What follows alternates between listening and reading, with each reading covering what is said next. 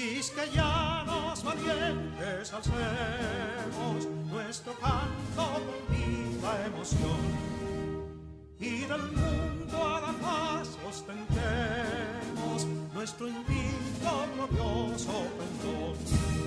Salve el pueblo que intrépido y fuerte a la guerra a morir se lanzó, cuando en bélico reto de muerte sus cadenas de esclavo rompió.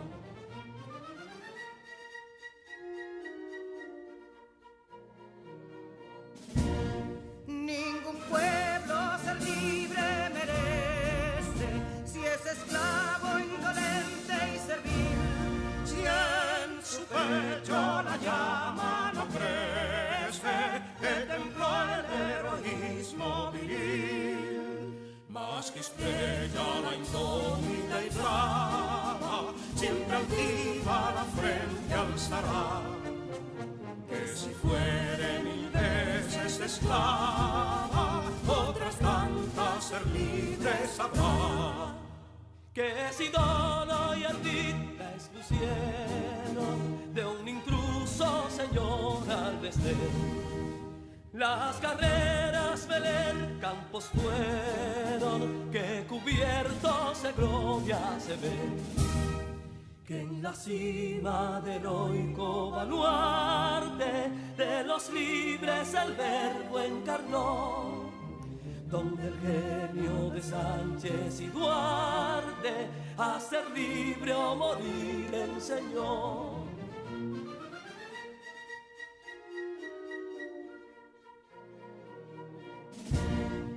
Y si pudo inconsulto caudillo de esas glorias el brillo empañar, de la guerra se vio en Capotillo la bandera de fuego ondear. Y el incendio que atónito deja de Castilla al soberbio león, de las playas gloriosas le aleja, donde flota el cruzado pendón. Compatriotas, mostremos erguida nuestra frente orgullosos de hoy más, que Quisqueya será destruida, pero sierva de nuevo jamás. Que santuario de amor cada pecho, donde la patria se siente vivir, y es su escudo invencible el derecho, y es su lema ser libre o morir.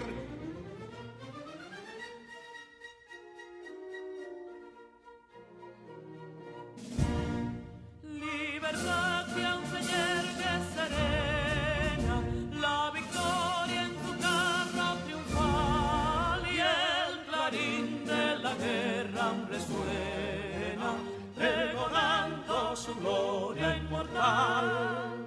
Libertad, que los ecos se agiten mientras llenos de noble ansiedad nuestros campos de gloria repiten. Libertad, libertad, libertad.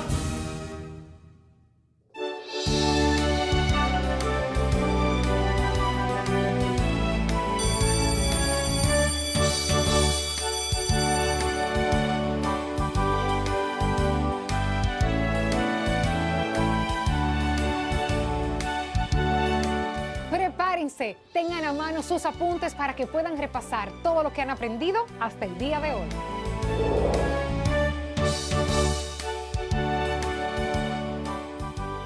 Bienvenidos, queridos estudiantes. Deseo se encuentren bien. Les habla su maestra Rubí Lorenzo Corsino. Un abrazo desde la distancia. Es un inmenso placer para mí estar compartiendo con ustedes en otro día más de clase. Antes de iniciar con la clase del día de hoy, como siempre vamos a dar las gracias a Dios por el nuevo día que nos concede y a pedirle que nos brinde la sabiduría necesaria para desarrollar la agenda del día. Las matemáticas son la llave y la puerta de la ciencia. Roger Bacon. Con esta frase, doy inicio a la clase del día de hoy.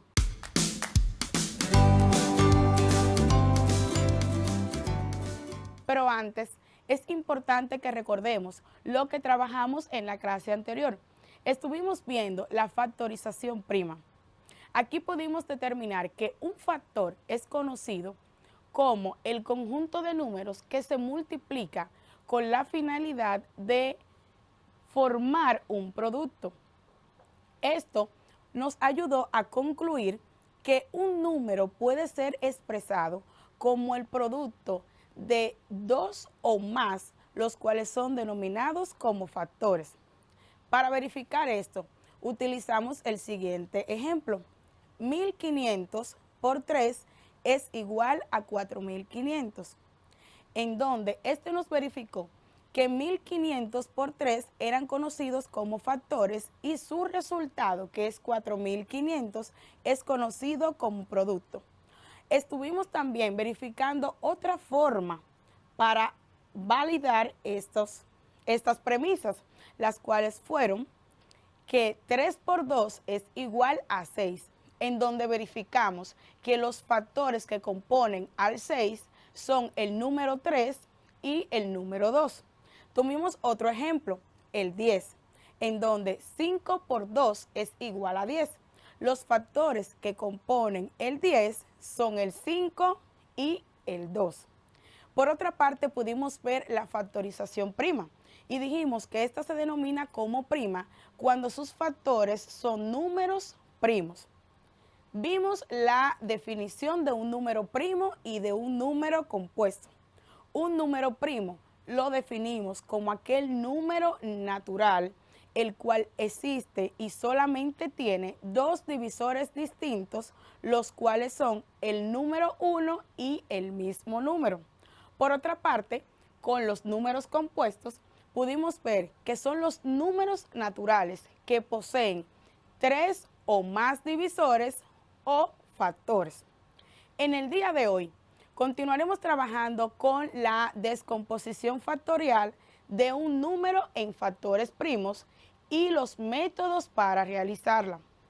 Para realizar la descomposición factorial de un número primo, existen diferentes formas, dentro de las cuales la principal se considera como el método de barra de descomposición de números. Para realizar esta, se deben seguir los siguientes pasos. Número 1. Se ubica el número que buscamos descomponer en la parte derecha. Número 2. Se traza una línea vertical. Número 3.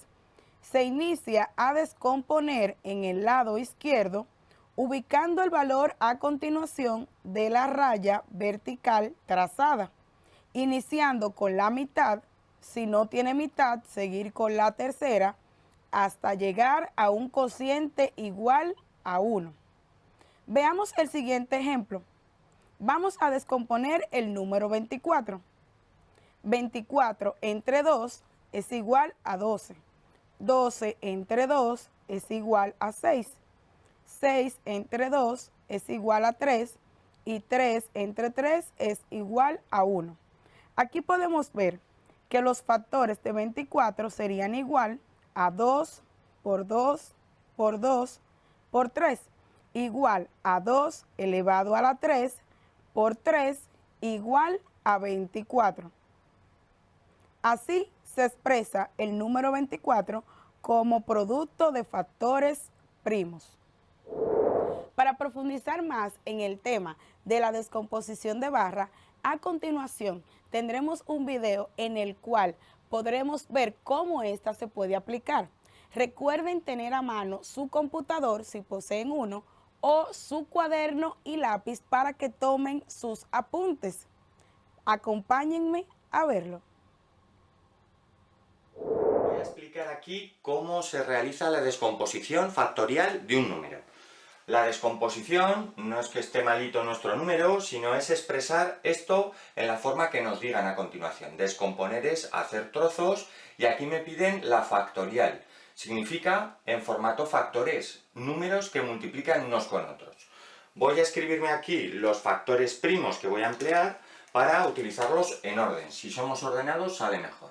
Empezamos con el 2, el siguiente sería el 3, el 5, 7, el 11, 13, 17, 19... Con estos yo creo que me va a valer para estos dos ejemplos que vamos a hacer.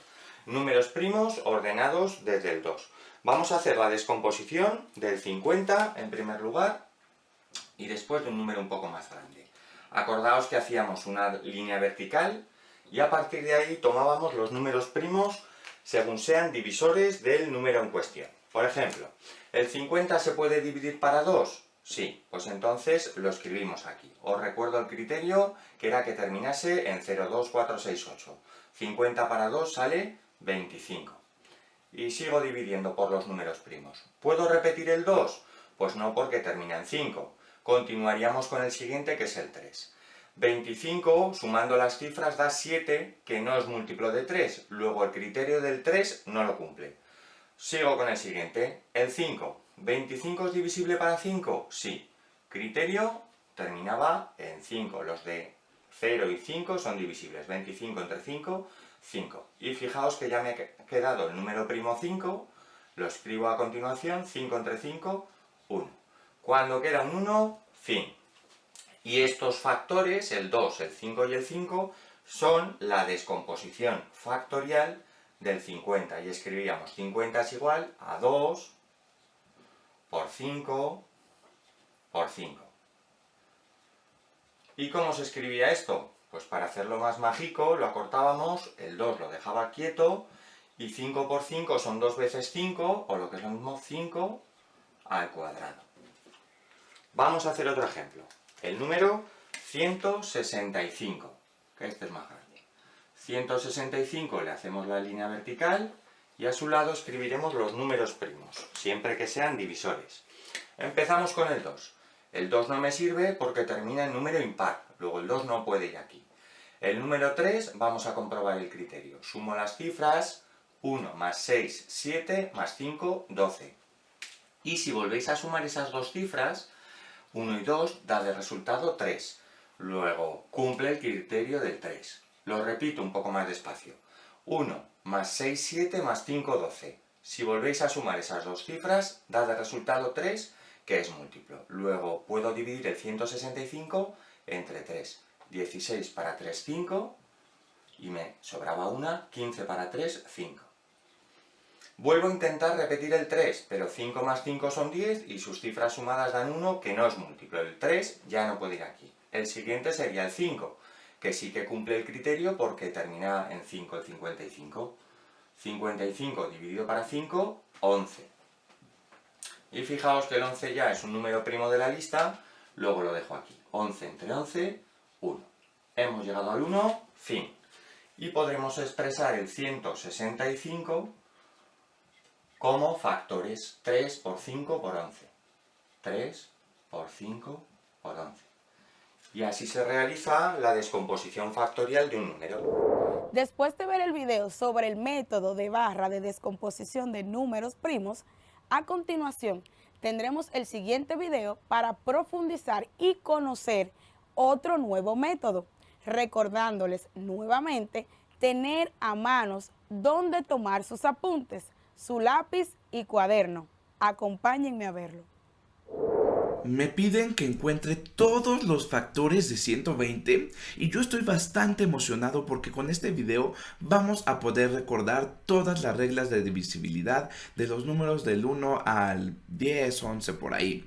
Ok, encuentra todos los factores de 120 y recuerda que un número es factor de 120 si nosotros podemos dividir al 120 entre ese número y obtenemos de residuo 0. Así que vamos a ponerlos aquí, los factores y los vamos apuntando por aquí, todos los factores que encontremos. Ok, entonces pensemos en el 120.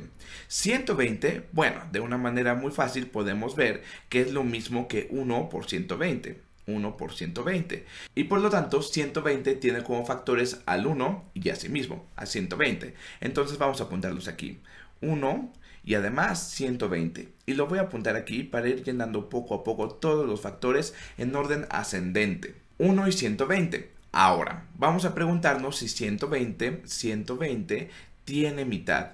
Y bueno, de una manera muy sencilla podemos concluir que 120 sí tiene mitad. De hecho, su mitad es 60. 120 tiene mitad porque acaba en un número par. Y como el 0 es un número par, entonces podemos decir que el 120 es lo mismo que 2 por 60.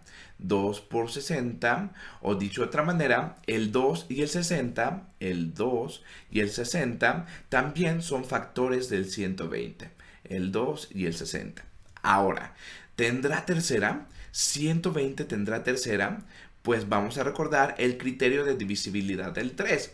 Un número tiene tercera si la suma de sus dígitos tiene tercera. Es decir, 1 más 2 más 0. Esto es lo mismo que 1 más 2 es 3, más 0 es 3, 3. Y 3 tiene tercera. De hecho, 3 entre 3 me cabe una vez. Por lo tanto, 120 también tiene tercera. Es decir, que a 120 lo podemos ver como 3. Es más, primero déjame quitar todo esto de aquí. A 120 lo podemos ver como 3 por algo. Y si no recordamos por quién es ese algo, pues vamos a hacerlo. 120 lo voy a dividir entre 3. Y dice, 3 no cabe en ninguna vez, entonces 3 por 4. 3 por 4 es 12, 4 por 3 es 12, y aquí resto el 12. Y entonces me queda 0 bajo este 0. Y entonces me queda que 3 cabe 0 veces en 0. 0 lo pongo aquí.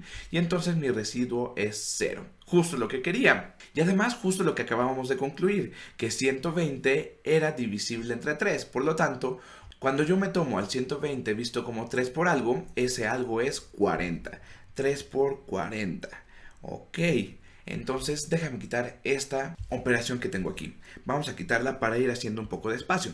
Entonces, estoy diciendo que el 3 y el 40 son factores de 120. Por lo tanto, también los voy a poner aquí. 3 y 40 también son factores del 120. Ok, pensemos si el 120 tendrá cuarta. Entonces, vamos a ver. 120 se podrá escribir como 4 por algo. Ok, recordemos el criterio de divisibilidad del 4. Un número se puede dividir entre 4 de manera exacta si los últimos dos dígitos, son divisibles entre 4. En este caso, sus últimos dos dígitos son 20. Y 20, claro que es divisible entre 4. 5 por 4 es 20. Por lo tanto, 120 también lo es. Ok, pero ¿cuánto es? 120 es lo mismo que 4 por algo, pero ¿por qué algo? Pues vamos a dividirlo. ¿Cuánto me da? 120 entre 4. Y dice, 4 cabe en 0 veces, por lo tanto me agarro el 12 y digo, 4 cabe en 12 3 veces, 3 por 4 es 12, aquí lo resto, 12 menos 12 es 0, bajo este 0, y aquí me cabe 0 veces. Por lo tanto, tengo de residuo 0, que es justo lo que yo quería, y además estoy diciendo que 120 es lo mismo que 4 por 30, Por lo tanto, el 4 y el 30 también son factores de 120. El 4 y el 30 también son factores de 120. ¡Wow! Son muchos, pero ¿tendrá quinta? Ok, vamos a borrar esto de aquí. Vamos a ver si 120 tiene quinta. Borremos esto de aquí y pensemos en la quinta de 120. 120. Un número tiene quinta si acaba en 5 o en 0. Y 120 acaba en 0. Por lo tanto, 120 lo podemos ver como 5 por algo. ¿Por qué algo? Pues vamos a descubrirlo. 120 lo voy a dividir entre 5 y digo 5 por 2 es 10. Entonces 2 por 5 es 10. Aquí pongo el 10, lo resto y dice 12 menos 10 es 2. Bajo este 0 de aquí, bajo el 0 por acá y me quedan 5, ¿cuántas veces cabe en 20? Bueno, pues 5 cabe 4 veces en 20. 4 por 5 es 20 y me sobra 0 de residuo. Justo lo que yo quería. 120 lo podemos ver como 5 por 24. Como 5 por 24 y tengo de residuo 0. Por lo tanto, el 5 y el 24 también son factores de 120. El 5 y el 24 también son factores de 120. Ok, pues borremos esta operación de aquí. Vámonos. Vamos a pensar ahora si el 120 es divisible entre 6. ¿El 120 será divisible entre 6? Recordemos el criterio de divisibilidad del 6. Un número es divisible entre 6 si es divisible entre 2 y si es divisible entre 3. Ok, pero el 120 es divisible entre 2 y es divisible entre 3. Por lo tanto, es divisible entre 6. El 120 lo podemos ver como 6 por algo. Y creo que no está tan difícil dividir 120 entre 6 de una manera mental. A ver, pongámoslo en nuestra mente. 120 entre 6 es lo mismo que 20 veces. 6 por 20 es lo mismo que 120. Esta división no estaba tan difícil. Esto quiere decir que el 6 y el 20 son factores también del 120. Entonces los voy a poner aquí. El 6 y el 20. El 20 también. Ok, pues parece ser que son todos. Pero el 7 tendrá séptima 120. Entonces 120. Y bueno, el criterio de divisibilidad del 7 es un poco o mucho más bizarro que el criterio de divisibilidad de todos los demás de aquí. Por lo tanto, ¿qué te parece si hacemos de una vez la división para ver si tiene séptima? 120 entre 7. Ok, y dice 7 cabe en 12 una vez. 1 por 7 es 7. 12 menos 7 es 5. Y entonces bajo este 0, pongo aquí el 0 y digo, 7 ¿cuántas veces cabe en 50? 7 veces. Entonces, 7 por 7 es 49. Y cuando yo resto estos dos, me queda de residuo 1. ¿Y qué crees? Tengo un residuo de 1. Por lo tanto, este no es un residuo de 0. Lo que quiere decir que el 120 no se puede dividir de manera exacta entre 7. O dicho de otra manera, el 7 no es un factor de 120. Fíjate, ya encontramos a uno que nos sirve. El 7 no es factor de 120 y vamos a quitar esto de aquí. Por lo tanto, pues no agregamos nada por acá. Vamos a pensar ahora en el 8. En el 8. 120 tendrá octava. Y bueno, recordemos el criterio de divisibilidad del 8. Dice, un número tiene octava si sus últimos tres dígitos son divisibles entre 8. 120, pues bueno, vamos a fijarnos si 120 es divisible entre 8. 120 entre 8. 8 cabe una vez en 12. 1 por 8 es 8 y cuando yo me tomo la resta, 12 menos 8 es 4. Ahora bajemos este 0 de aquí y dice 8 por 5 es 40. 5 por 8 es 40 y entonces cuando yo me tomo 40 menos 40, mi residuo es 0. Perfecto, esto quiere decir que el 8 sí es factor del 120. O dicho de otra manera, el 120 lo puedo ver como 8 por 15 y entonces ya encontré otros dos nuevos factores, el 8 y el 15. 8 por aquí y 15 por acá y 15 por acá. Ok, ¿y habrá más? Pues pensemos un poquito en el 9. Para esto déjame borrar esta operación que tengo aquí. Borremos esto de aquí, no me sirve. Y voy a pensar en el 9. Criterio de divisibilidad del 9. Un número es divisible entre 9 si la suma de sus dígitos es divisible entre 9. Entonces 1 más 2 más 0, esto es 3. Y el 3 no es divisible entre 9. De hecho, 9 no cabe ninguna vez en 3. Por lo tanto, 120 no lo puedo escribir como 9 por algo. O dicho de otra manera, el 9 no es un factor de 120. Ok, quitemos esto de aquí. 9 no funcionó. Y vamos a pensar ahora en el 10. En el 10, y ese tiene un criterio de divisibilidad muy fácil. Un número es divisible entre 10 si acaba en 0. Y 120 si acaba en 0. Por lo tanto, lo podemos ver como 10 por algo. 120 entre 10, esto lo podemos hacer de una manera muy sencilla. Me da 12. Dicho de otra manera, el 10 y el 12 también son factores de 120. El 10, no, ya no me caben aquí. El 10, déjame mejor hacer estos números un poco más hacia la izquierda. Déjame tomar todos estos de aquí. Ok. Y los voy a mover un poquito para acá. Los voy a mover aquí para que puedan poner el 10 y el 12. Perfecto. Entonces pongamos al 10 también. Y también voy a poner al 12.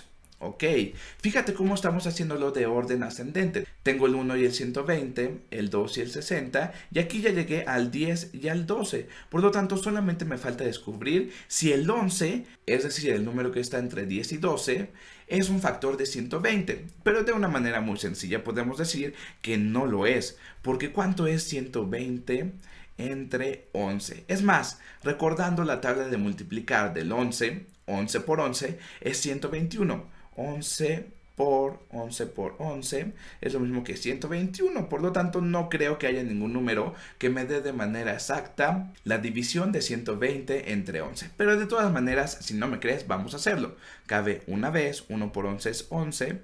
11, aquí le pongo un signo de menos, 12 menos 11 es 1, bajo el 10, y no me cabe ninguna vez 11 en 10, por lo tanto aquí pondré un 0 y tengo un residuo de 10, entonces esto no me sirve, el 11 no es factor de 120. Y ahora sí, como llegué justo al punto medio, ya puedo asegurar que todos los factores de 120 son estos de aquí. Déjame tomar a esto de aquí, lo voy a quitar, para decirte y concluir que entonces todos los factores de 120 son el 1, el 2, el 3, el 4, el 5, el 6, el 8, el 10, el 12, 15, 20, 24, 30, 40, 60 y 120.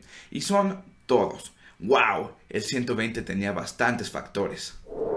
Después de ver los diferentes videos sobre los métodos utilizados para descomponer los números primos, ¿te atreverías a descomponer el número 120 utilizando el método de barras?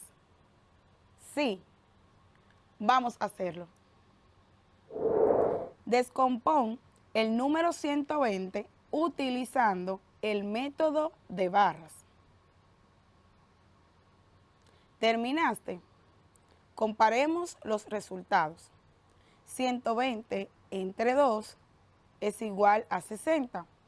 60 entre 2 es igual a 30. 30 entre 2 es igual a 15. 15 entre 3 es igual a 5. Y 5 entre 5 es igual a 1. Aquí podemos ver que utilizamos el método de barras de descomposición de números primos e implementamos la forma sucesiva. En primer lugar, se utilizó la mitad, luego la tercera y al final la quinta hasta que llegamos a la unidad. Podemos verificar entonces que los factores de 120 son 2 por 2 por 2 por 3 por 5. Esto de igual forma se puede representar como 2 elevado a la 3 por 3 por 5 igual a 120. Mis queridos estudiantes, en el día de hoy estuvimos trabajando con la descomposición factorial de un número en sus factores primos y los métodos para realizarla. Pudimos ver que para realizar la descomposición de un número en sus factores primos existen diferentes formas y dentro de los principales métodos a utilizar contamos con el método de barra de descomposición de un número y dividir dicho número a descomponer entre la cantidad de números que verificamos pertinente hasta que su cociente nos dé 0. Por otra parte, pudimos ver cuáles son los pasos que debes seguir para poder implementar el método de barras de descomposición de un número. Y recordando, estos fueron los siguientes. Como paso número 1, se ubica el número que buscamos descomponer en la parte derecha. Paso número 2, se traza una línea vertical.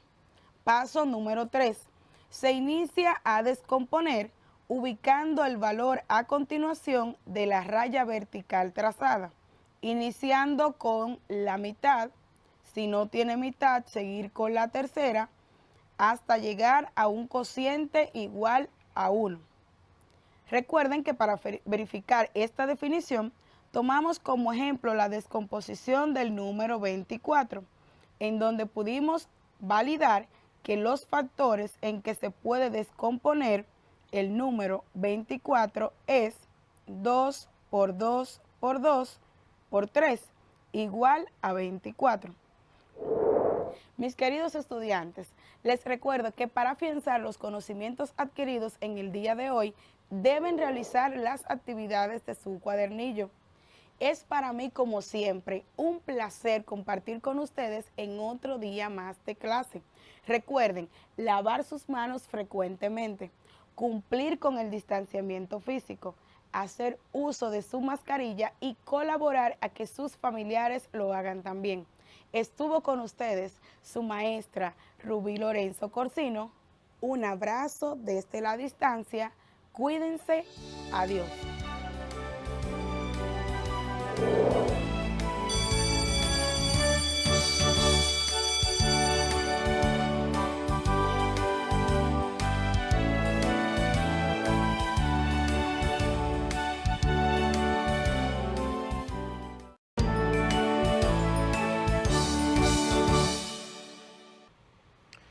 Saludos a todos, sean bienvenidos al maravilloso mundo del conocimiento. En el día de hoy traemos un tema súper interesante para ti. Les habla su maestro de Ciencias de la Naturaleza, Leonel Escoto. Pero antes de empezar, es importante que continúes lavándote las manos, utilizando el distanciamiento social y las mascarillas.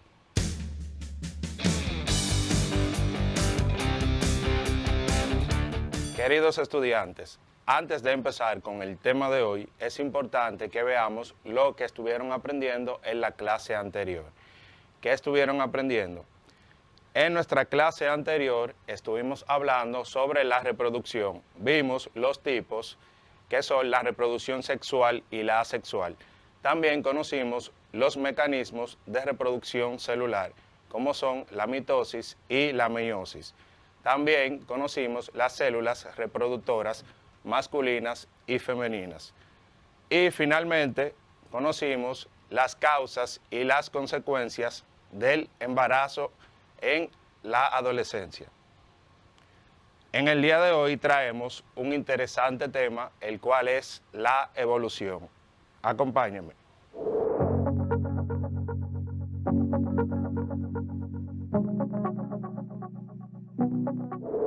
Jóvenes, el tema que traemos el día de hoy es abundante en contenido, además de controversial. Veamos.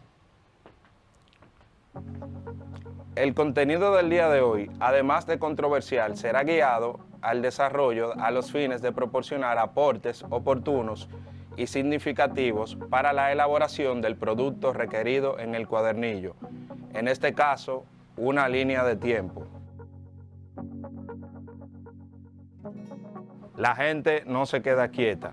En esta quincena de su cuadernillo hacemos una línea de tiempo. Entre las cosas que te invitamos a aprender está la idea de evolución, para que comprendas por qué ha sido importante a lo largo de la historia de la humanidad.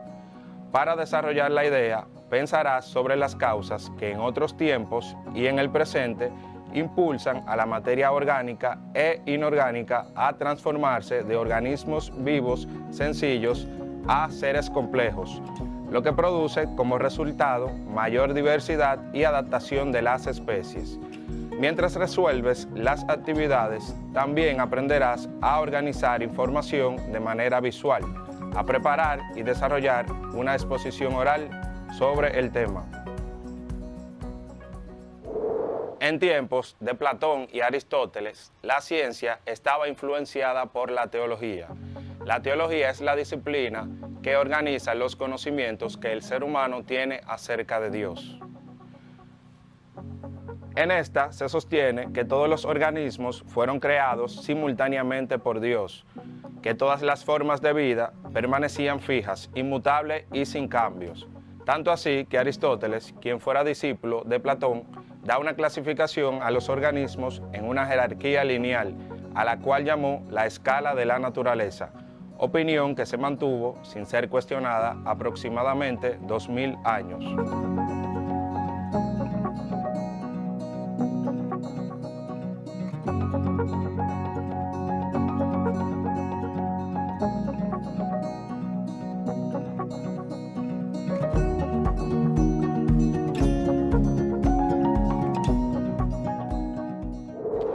Ustedes se preguntarán, ¿a partir de cuándo empiezan a cambiar estas informaciones sobre esta visión del universo? Les respondo. A partir del siglo XVII empezaron a surgir indicios que cambiaron esta visión estática, cuando los primeros naturalistas europeos exploraron las tierras de África, Asia y América, observando gran diversidad de especies en las que eran notorias las semejanzas y diferencias, situación que llevó a estos científicos a pensar que las especies podían cambiar y que además que las especies similares podrían haberse desarrollado a partir de un antepasado común.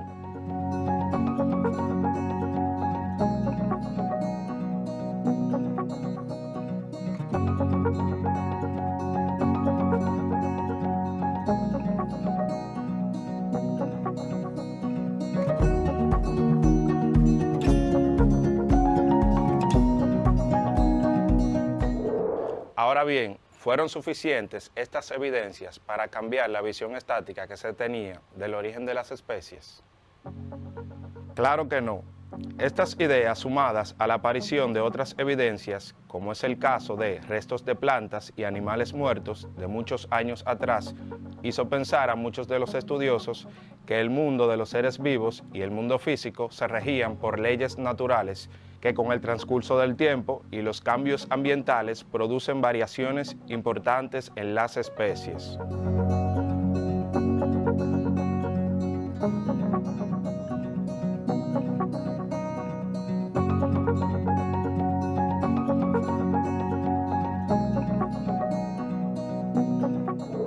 ¿Sabes qué nombre reciben estas variaciones importantes de las cuales hemos hablado anteriormente?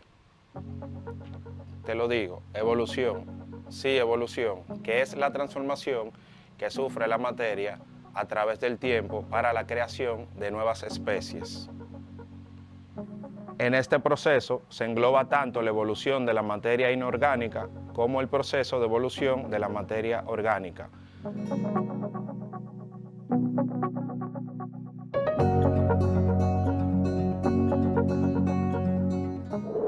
Para seguir ampliando el concepto de evolución, veamos el siguiente video.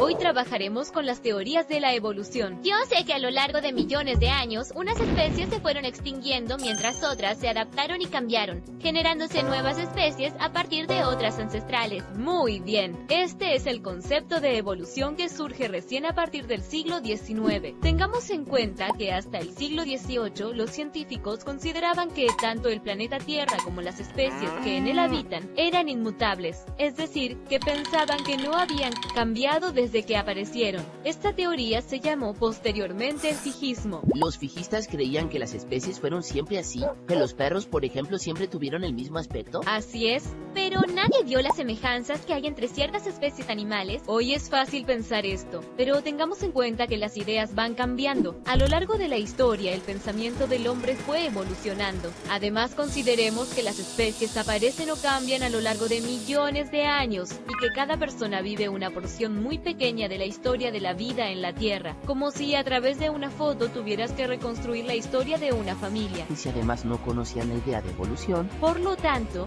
no es ilógico pensar que incluso hoy, quien no haya escuchado hablar nunca de evolución, pueda pensar igual que los fijistas. Uno de los más reconocidos fijistas fue el naturalista sueco Carl von Linné, más conocido como Linneo. Él dejó una frase famosa que dice: tantas especies podemos numerar como diversas formas fueron creadas al inicio. Una vez conocido el concepto de evolución, ahora continuamos desarrollando otro tema, la etapa del origen de la vida. Respecto a la materia orgánica, vamos a tener en cuenta dos grandes procesos. Uno, la etapa del origen de la vida, el cual comprende el conjunto de procesos químicos y bioquímicos que posibilitaron la transformación de materia inorgánica en orgánica y de esta en los primeros seres vivos.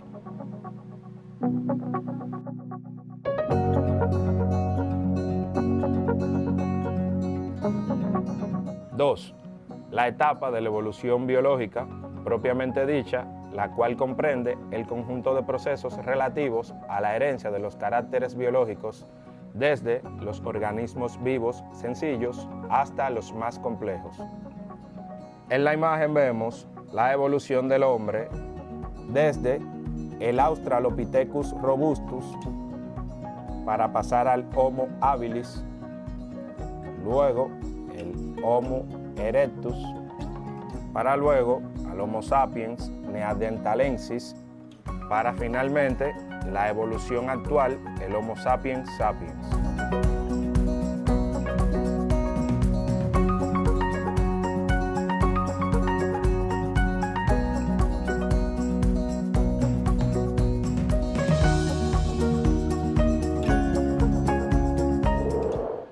Ahora es tiempo de que hablemos sobre la evolución biológica, que no es más que el proceso de transformación de unas especies en otras mediante una serie de variaciones que han ido sucediendo a lo largo de millones de años. Se pueden distinguir dos grados de evolución. La primera, la microevolución, la cual explica la aparición de nuevas especies.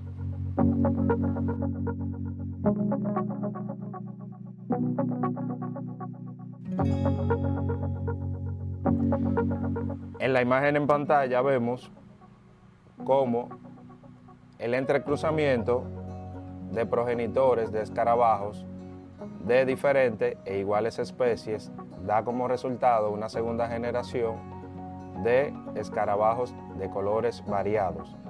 En el primer ejemplo vemos el apareamiento de un escarabajo de color verde con uno mestizo, es decir, de color verde y marrón, dando como resultado escarabajos de diferentes colores, desde marrones hasta verde. En el segundo ejemplo vemos la unión de escarabajos con la misma variabilidad genética, es decir, el mismo color, por lo cual, al ser progenitores puros, tenemos descendientes todos del mismo color, es decir, verdes. Y finalmente tenemos el caso de dos escarabajos de color marrón en el cual el gen de color verde es recesivo y los progenitores crean 4 organismos de los cuales solo uno será del color verde. Una vez conocido la microevolución, ahora conozcamos la macroevolución. La macroevolución es el proceso de aparición de diferentes órdenes, clases y especies. En la imagen en pantalla vemos la transformación que ha sufrido el hombre a través de los tiempos, desde un primate hasta convertirse en el ser humano que al día de hoy somos. Una vez visto el proceso de micro y macroevolución, ahora continuemos con el origen de las teorías de la evolución. ¿Te has preguntado en alguna ocasión cuáles son las teorías que sustentan el origen de la evolución?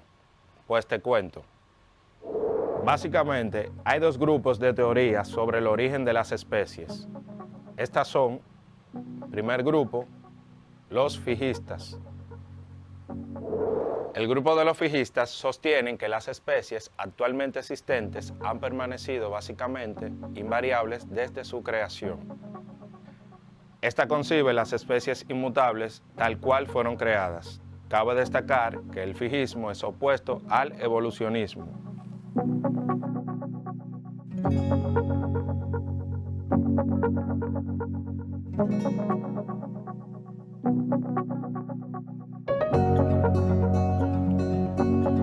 Continuemos conociendo sobre los fijistas.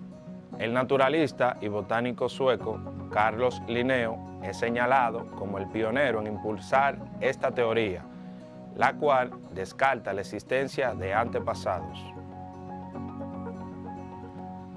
George Cuvier impulsó la idea del catastrofismo, con la cual se afirmaba que los cambios registrados en la Tierra no fueron graduales ni ocurrieron a causa de una evolución, sino como consecuencias de catástrofes violentas. Esta creía que los fósiles de especies diferentes a los de esa época provenían de animales extintos que habían desaparecido a causa del diluvio universal.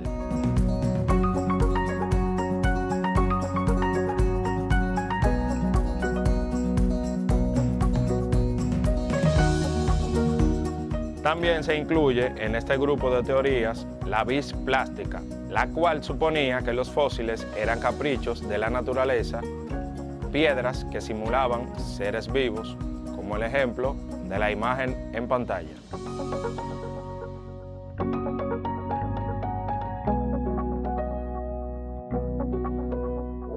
Ahora bien, te preguntarás, ¿a partir de qué tiempo este grupo de teorías empezaron a perder sustentación? Te cuento. Les cuento que a partir del siglo XIX, el fijismo perdió sustento científico. Los trabajos de Charles Darwin y el avance de la paleontología, que es la ciencia que trata sobre el estudio del pasado geológico de la Tierra a través de los fósiles, demostraron que las especies se adaptan al entorno, evolucionan o desaparecen sus características. Por lo tanto, no son fijas. Hoy en día, el consenso científico afirma que, mediante la selección natural, las especies van experimentando modificaciones a lo largo de las sucesivas generaciones.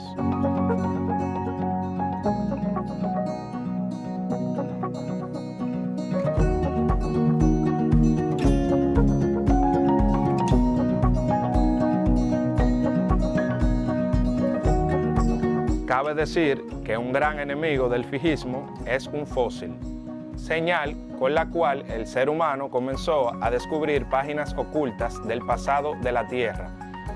Este dio la oportunidad para pensar en las guías o caminos a tomar por la naturaleza a lo largo de su historia.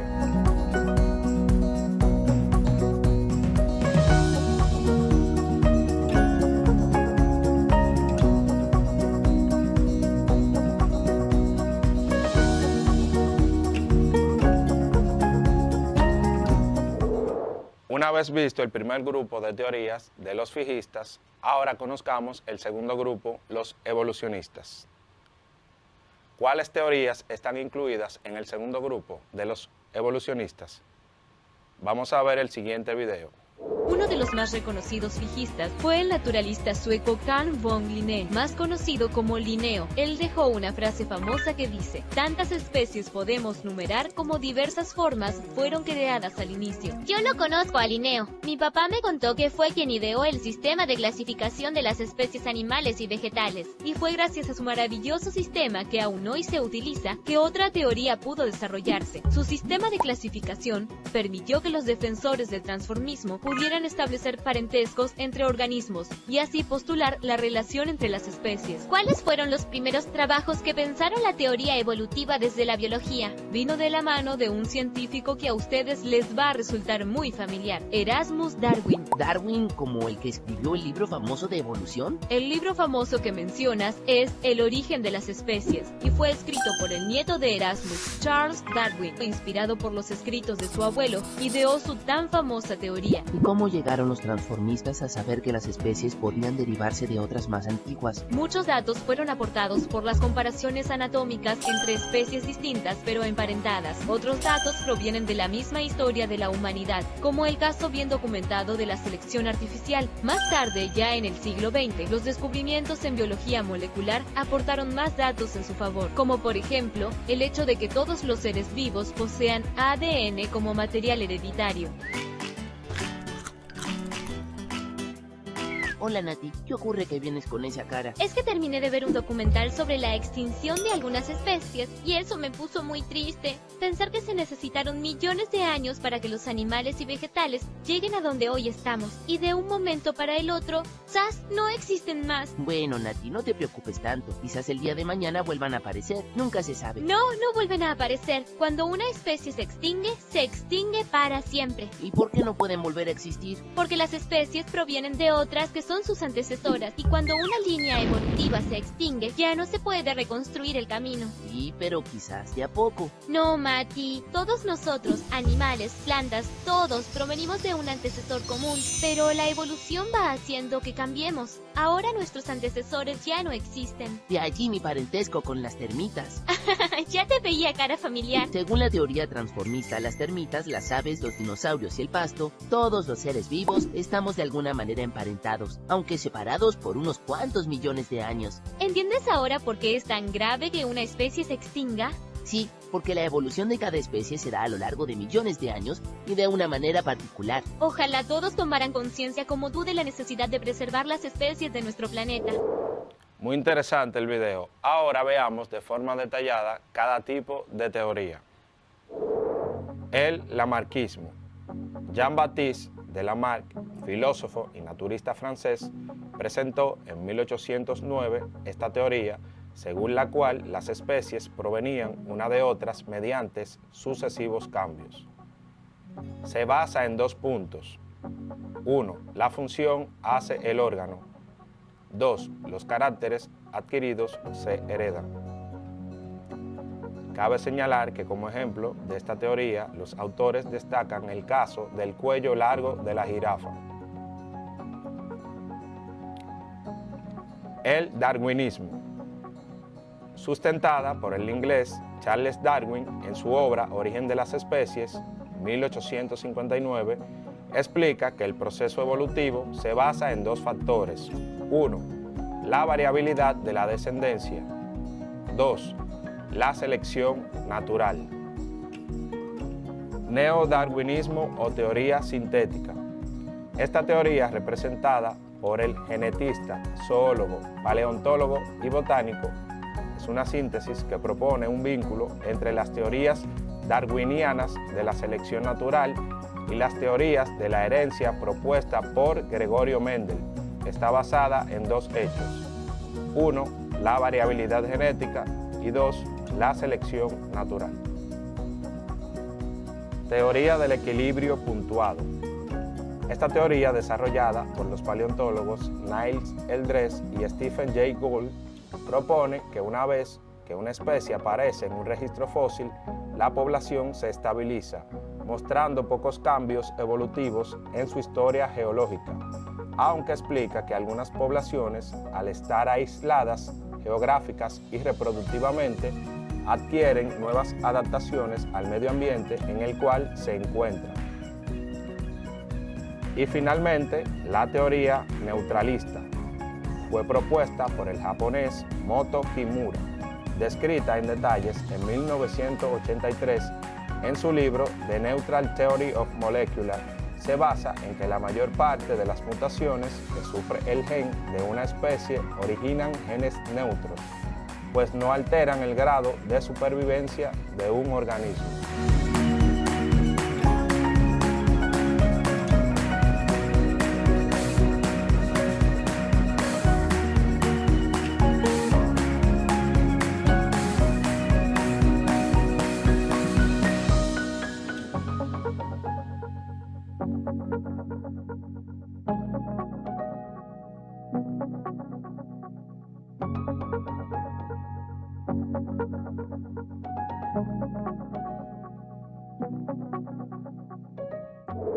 Vistas estas generalidades sobre la evolución, es momento de que comprobemos lo aprendido.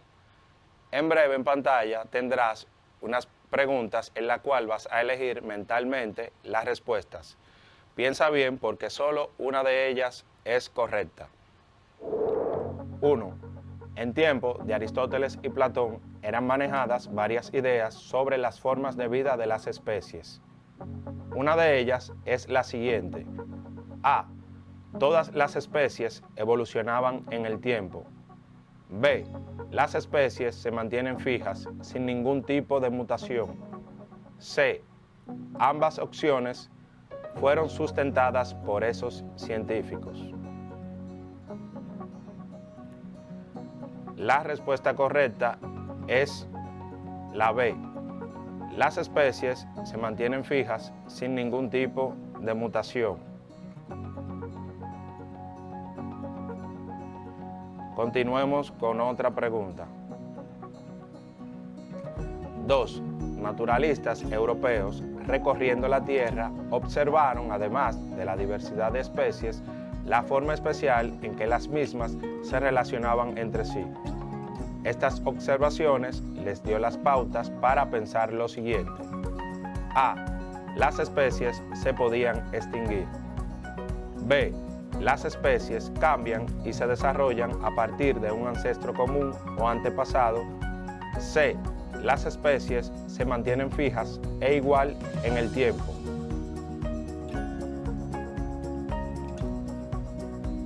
La respuesta correcta es la B. Las especies cambian y se desarrollan a partir de un ancestro común o antepasado.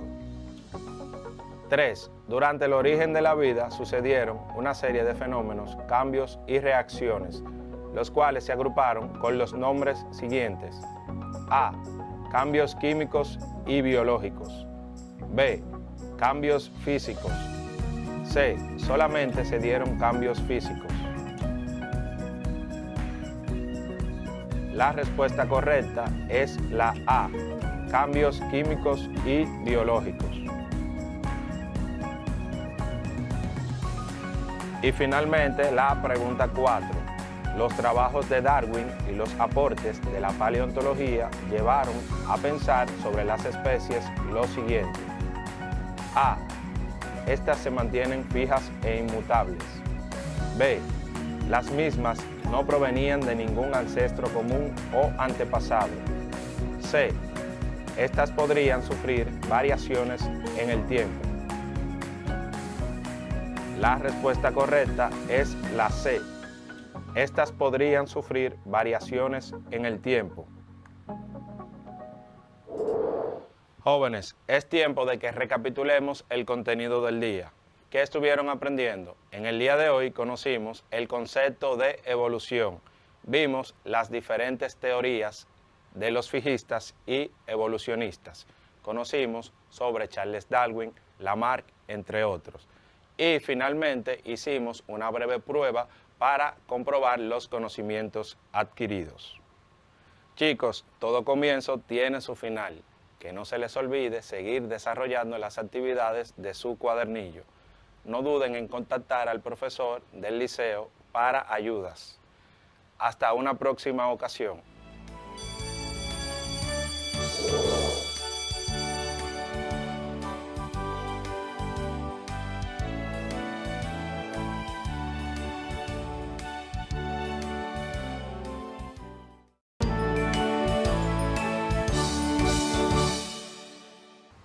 Bienvenidos mis niñas y mis niños a esta su clase de Ciencias Sociales con su maestra Carol Guerrero.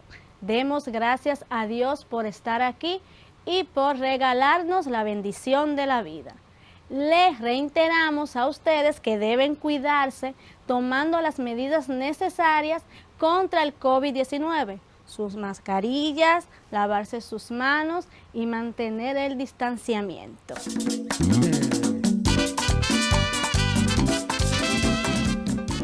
Bien, mis niños, sabemos que están ubicados en un lugar estratégico de su hogar, con sus materiales a mano, su cuaderno y su lápiz, prestos a iniciar este proceso del día de hoy.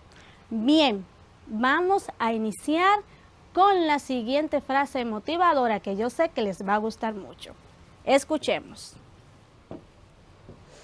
Por la ignorancia se desciende a la servidumbre, por la educación se asciende a la libertad. Esta frase nos motiva a seguir esforzándonos en nuestros estudios. Y con esta frase vamos a iniciar. Bien, el tema del día de hoy es el siguiente. El poder financiero, poder político e ideologías en el escenario del mundo en el siglo XX. Centro-periferia. Recuerden que en la clase anterior les invitamos a investigar. Felicidades mis niños, porque yo sé que ustedes están trabajando e investigando. Recuerden también que tienen que seguir indagando sobre su producto final. ¿Cuál es el producto final? La lista de canciones. Recuerden que deben utilizar fuentes confiables para realizar este trabajo. Bien, continuemos con esta clase. El propósito de la clase del día de hoy es analizar el poder financiero, poder político e ideologías en el escenario del mundo en el siglo XX, centro-periferia. Entonces, mis niños, en este momento les invito a pensar y analizar sobre las siguientes preguntas. ¿Cuáles son esas preguntas? Vamos a escuchar. Primera pregunta, ¿qué sabes sobre el poder financiero? Segunda pregunta, ¿qué has escuchado sobre el poder político e ideologías en el escenario del mundo en el siglo XX? Centro-periferia. Vamos a analizar. Y en el transcurso de esta clase le vamos a dar respuestas a estas preguntas. Continuamos. Para tener un mejor conocimiento y poder alcanzar el proceso de aprendizaje, en este momento vamos a reflexionar y atender sobre estos conceptos. Estos conceptos que ustedes van a ver ahora son extraídos del diccionario de la Real Academia de la Lengua. Vamos a escuchar. Primer concepto, poder. Tener expedita la facultad o ponencia de hacer algo. Financiero. Perteneciente o relativo a la hacienda pública, a las cuestiones bancarias y bursátiles o a los grandes negocios mercantiles. Continuamos. Político. Perteneciente o relativo a la actividad política. Ideología. Conjunto de ideas fundamentales que caracteriza el pensamiento de una persona, colectividad o época de un movimiento cultural, religioso o político. Bien, mis niños, después de escuchar la definición de estos conceptos, vamos a seguir aprendiendo. Vamos a escuchar la siguiente cápsula, pongan mucha atención, que es bastante interesante. Según Ribot Almoneda 2002, en sus escritos es de gran importancia que nos informemos acerca de lo que pasó en los últimos años del siglo XIX y a principios del siglo XX. Se formaron las concentraciones industriales más grandes del mundo, como la Standard Oil, la American Smelting and Refining Company, las grandes empresas automovilísticas y los grandes monopolios del acero. El sistema bancario creó instituciones como el First National Citibank, Will Chase Manhattan Bank y el Banco de América. Este texto fue extraído del libro Historia Universal del Hombre Moderno al Hombre Contemporáneo. Continuamos. Como es bien sabido, para recordarlo en pocas palabras, la idea de centro-periferia explica la forma en que se produce la difusión del progreso técnico entre los países centrales o desarrollados y los países de la periferia o en desarrollo. Los frutos del progreso técnico se distribuyen en forma desigual entre dos grupos de países. Los países centrales o desarrollados captan no solo la proporción del ingreso que les corresponde, sino una parte importante del ingreso que tendría que corresponder a la periferia. Continuamos. Bien, mis niños. Es decir, los frutos del progreso técnico no se distribuyen en forma equitativa o de acuerdo con el incremento de la productividad en ambas áreas de la economía mundial. Esto se debe a que los precios de las manufacturas que exportan los países desarrollados no se reducen en la proporción que correspondería de acuerdo con el aumento de la productividad.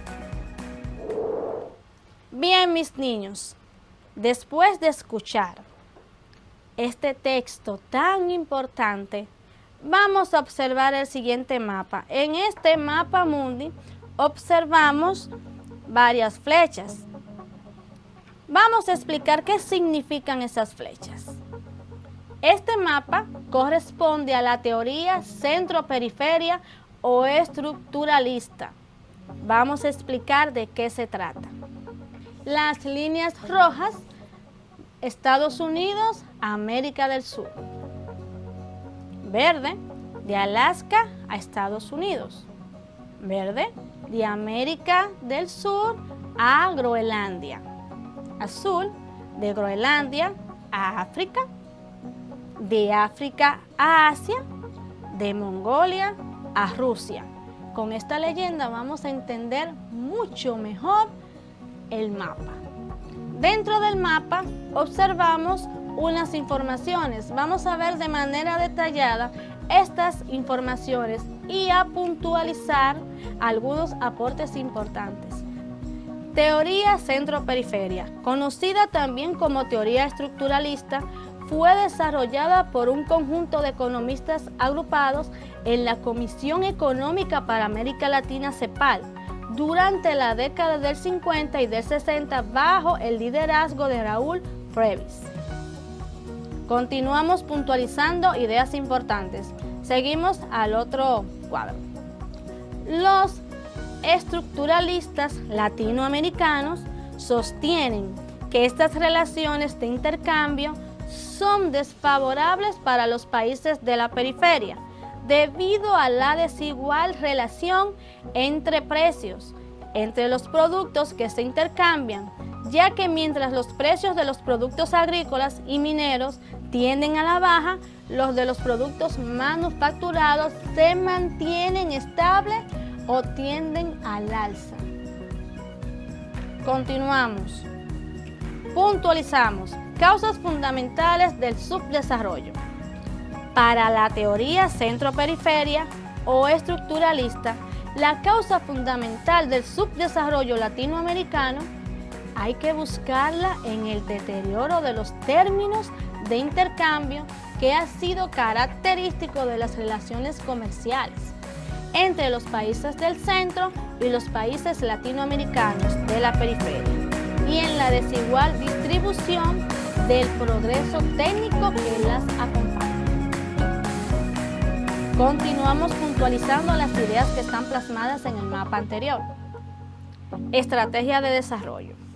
La estrategia de desarrollo planteada por los estructuralistas a inicios de la década de los 50 para superar las distorsiones estructurales creadas por el deterioro de los términos de intercambio y la desigual distribución del progreso técnico, que tenía como eje fundamental la industrialización de América Latina, que lamentablemente no ha sido llevada a cabo. Seguimos.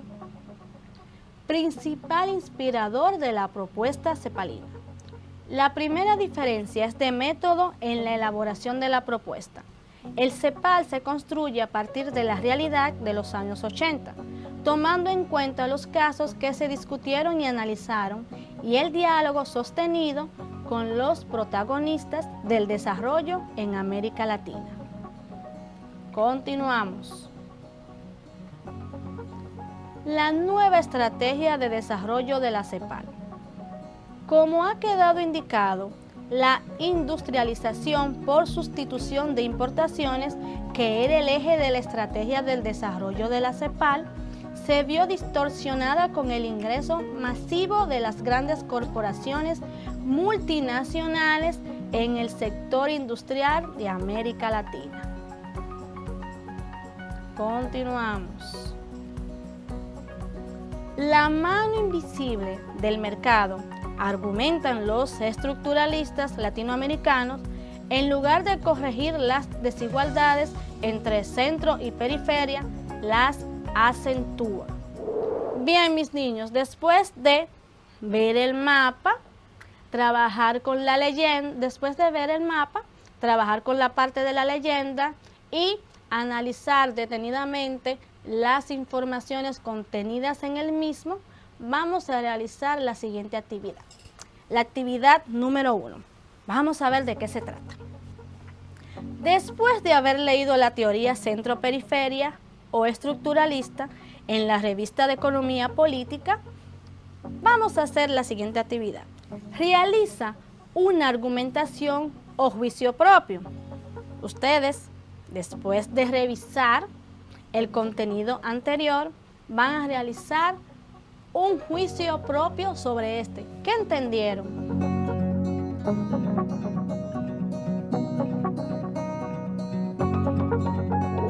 Vamos a seguir aprendiendo. Recuerden que este contenido de esta clase es muy enriquecedor y que tenemos que poner mucha atención.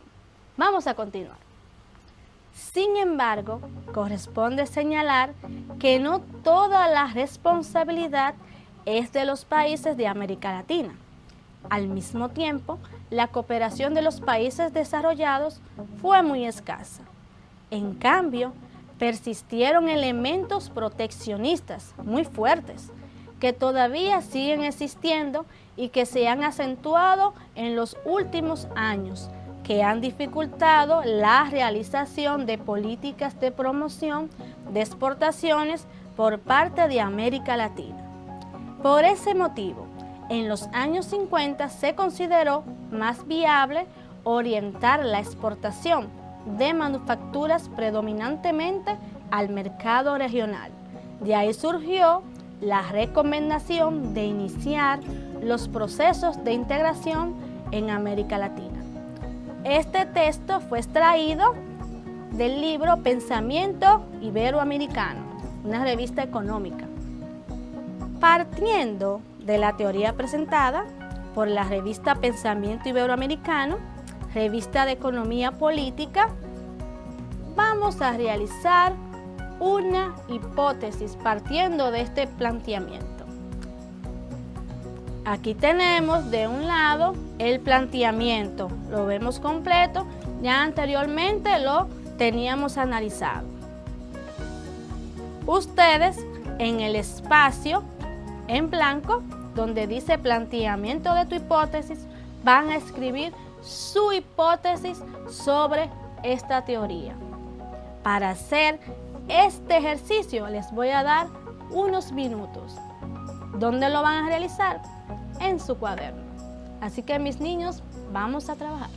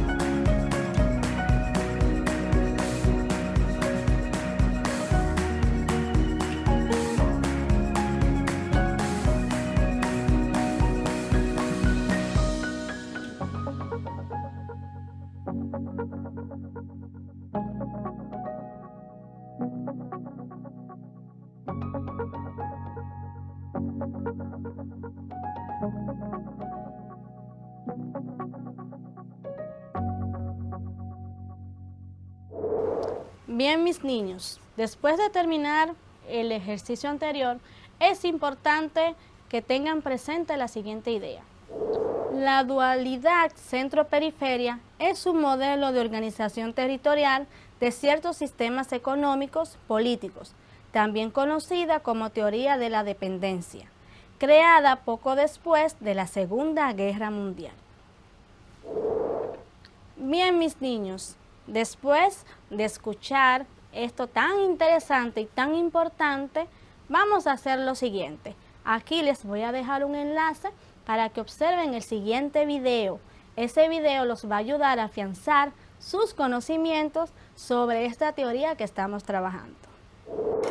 El pensamiento dominante, gestado en los países centrales, establecía que cada país debía especializarse en lo que hacía mejor, como si esto último fuera algo natural y no un producto de la historia. Según esa división internacional del trabajo, los países latinoamericanos, al contar con abundantes recursos naturales, han sido condenados a la producción de bienes primarios, y a los países centrales, que disponen de abundante capital, les corresponde dedicarse a los bienes industrializados que requieren de tecnologías más modernas. Los estructuralistas se preguntan entonces, ¿por qué no podemos producir en América Latina bienes industrializados que se pueden vender más caros en el resto del mundo y que generan una mayor riqueza para nuestros países? Los estructuralistas señalan entonces que existen dos polos con desempeños y realidades bien diferentes, el centro y la periferia. Pertenecen al centro los países que marcan el rumbo de la economía mundial, naciones industrializadas con poco desempleo y altos niveles de vida, con gran influencia en los mercados y en el sistema financiero internacional. A la periferia la conforman los países con estructuras productivas menos desarrolladas que conviven con altos niveles de desempleo, de pobreza y sujetos a las reglas de juego establecidas por los países centrales. Para los estructuralistas, las diferencias entre el centro y la periferia no se resuelven con el paso del tiempo, sino todo lo contrario. Tienden a acentuarse y son cada vez más amplias. El subdesarrollo es un modo de ser específico en ciertas naciones que requiere políticas públicas particulares para resolverlo. ¿Les gustó el video? Yo sé que sí. Estaba sumamente interesante. Ahora vamos a continuar con las actividades. Actividad número 3. Vamos a realizar un ejercicio de reflexión. Analiza con detenimiento las ideas sobre la teoría centro-periferia o estructuralista. Para este ejercicio, mis niños, que van a realizar en su cuaderno, les voy a dar unos minutos.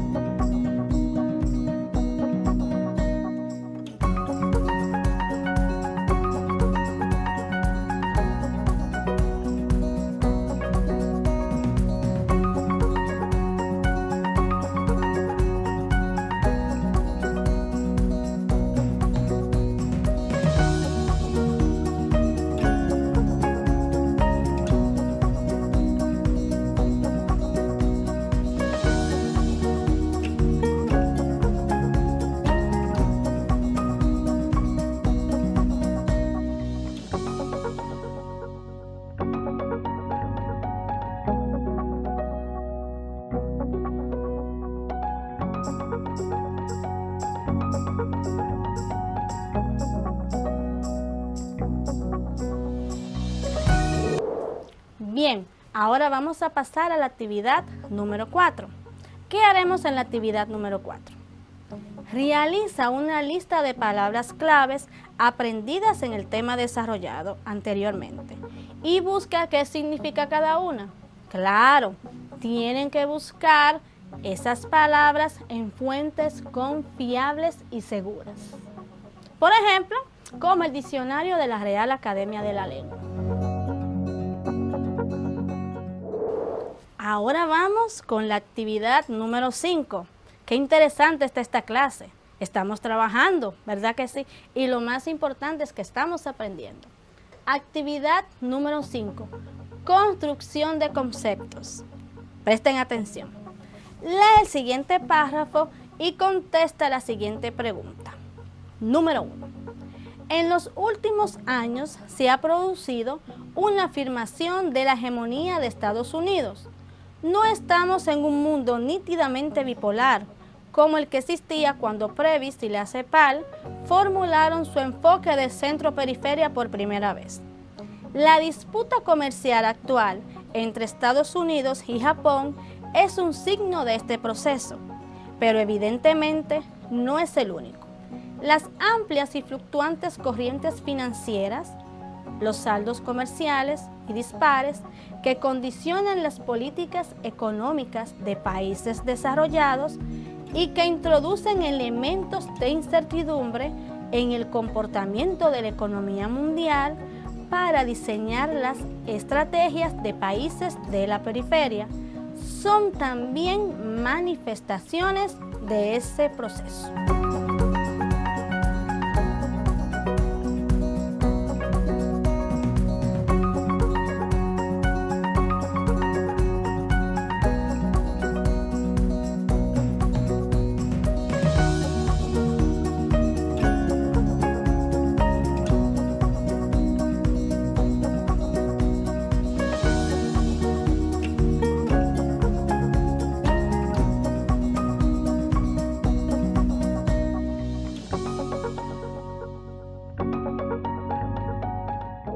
Ahora, Partiendo del texto anterior, vamos a hacer la siguiente actividad.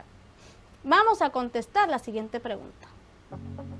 ¿Quiénes están en disputa comercial actualmente según la teoría centro-periferia o estructuralista? A. Estados Unidos y Venezuela. B. Estados Unidos y Japón. C. Estados Unidos y África. D. Estados Unidos y Centroamérica. Vamos a pensar, mis niños. Si ustedes eligieron la respuesta B, que dice Estados Unidos y Japón, los felicito, están en lo correcto. Estamos aprendiendo. Continuamos. Ahora, mis niños, vamos a pasar a nuestra actividad número 6. ¿De qué se trata esta actividad? Muy sencillo. Realiza un diario reflexivo, el cual te ayudará mucho en tu análisis, opiniones y valoraciones sobre los temas que trabajamos. Él te permite tomar la experiencia como objeto de reflexión. Estas reflexiones se pueden centrar en los siguientes aspectos: los sentimientos y actitudes que experimentaste durante el aprendizaje. Vamos a trabajar con nuestro diario reflexivo.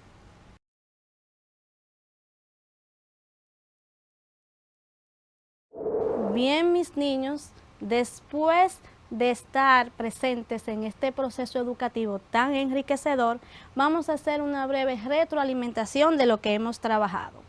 Trabajamos con los países que pertenecen al centro. ¿Cuáles son esos países? Son los países desarrollados, los países que están industrializados y poseen la mayoría de los ingresos. También hablamos sobre los países de la periferia. ¿Cuáles son esos países de la periferia? Los países de la periferia son los que están en vías de desarrollo, que tienen materia prima, tienen muchos recursos naturales, pero lamentablemente no están industrializados y están en la pobreza. Entonces, la teoría centro-periferia plantea que los países desarrollados que tienen todos los ingresos acaparan estos ingresos y no le dan participación a los países pertenecientes a la periferia. De eso se trató esta clase. Espero que haya sido de su agrado.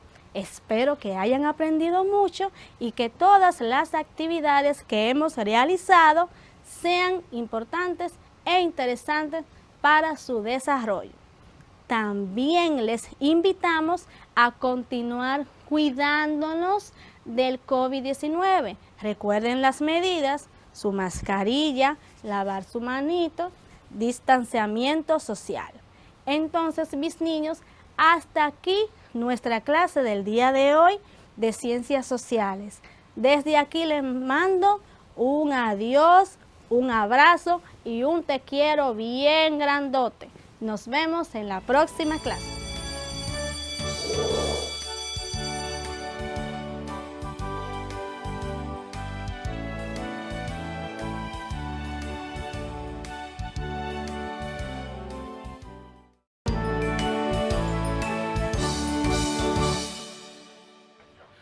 Jóvenes, hemos llegado al final de las clases del día de hoy. Es importante que mantengas el distanciamiento social, continúes lavándote las manos y el uso correcto del cubrebocas. Será hasta una próxima ocasión. Bye.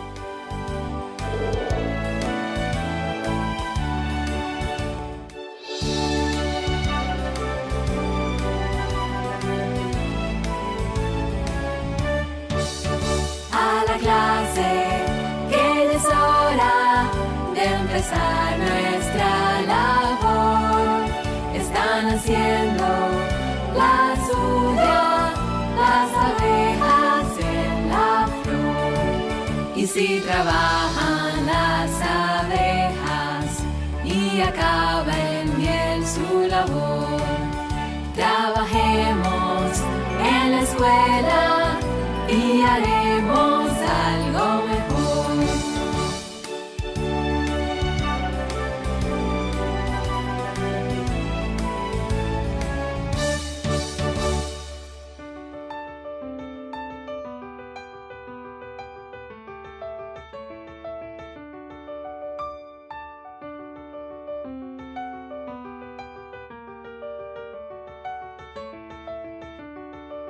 Y si trabajan las abejas y acaba en miel su labor, trabajemos